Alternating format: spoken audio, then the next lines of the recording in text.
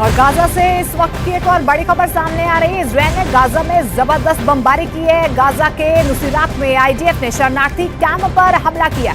इस हमले में कम से कम 18 लोगों की मौत की खबर सामने आ रही है, जबकि कई लोग घायल बताए जा रहे हैं। नुसीरात मध्य गाजा में शरणार्थी कैंप है जिसमें बड़ी संख्या में लोग रह रहे थे। तो इजरायल का ऑपरेशन हमास जारी है। दूसरी तरफ हमास के लड़ाकों से भी उसे कड़ी टक्कर मिल रही है। 2.5 महीने से जारी इस युद्ध का अंत कब होगा कहना मुश्किल है, लेकिन हर दिन हो रहे हमलों में सबसे ज्यादा नुकसान आम लोगों का हो रहा है।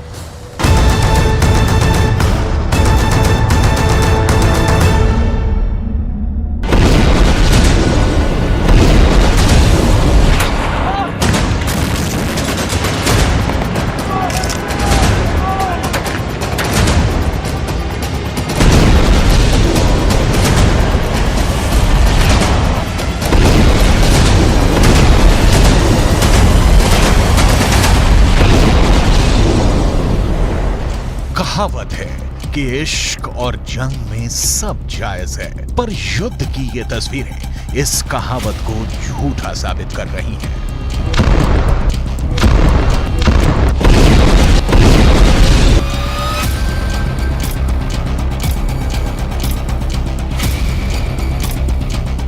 आशियाने खंडहर में बदल गए हैं।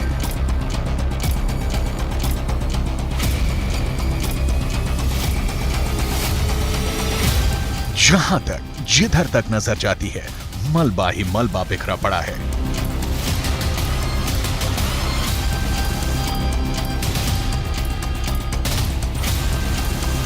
बमबारी और हमले के बाद की ये तस्वीरें लोगों का दर्द बयां कर रही हैं।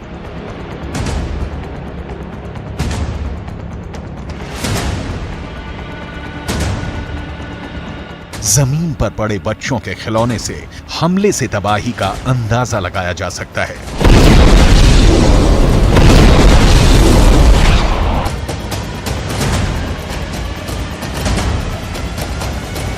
इमारतों की ढेर से निकलती ये लाशें युद्ध का मंजर बता रही हैं। ये तस्वीर कहीं और की नहीं बल्कि गाजा के शरणार्थी कैंप नुसीरात की है। इजरायल पर आरोप है कि उसने सेंट्रल गाजा के शरणार्थी कैंप पर हमला किया है, जिसमें 18 से ज्यादा लोगों की मौत हो गई है। हालांकि इजरायल ने इस पर कोई टिप्पणी नहीं की है। इजरायल ने गाजा पर यह हमला 23 दिसंबर की रात में किया।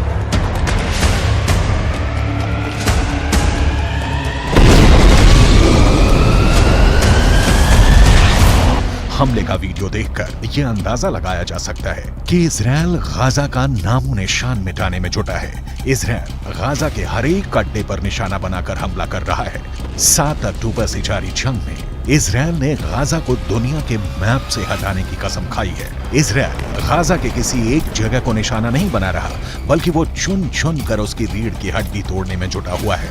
इजरायल ने गाजा बॉर्डर पर मौजूद रफा कैंप पर भी 24 दिसंबर की रात 2 बजे के आसपास हमला किया, जिसमें कई लोगों के घायल होने की खबर है।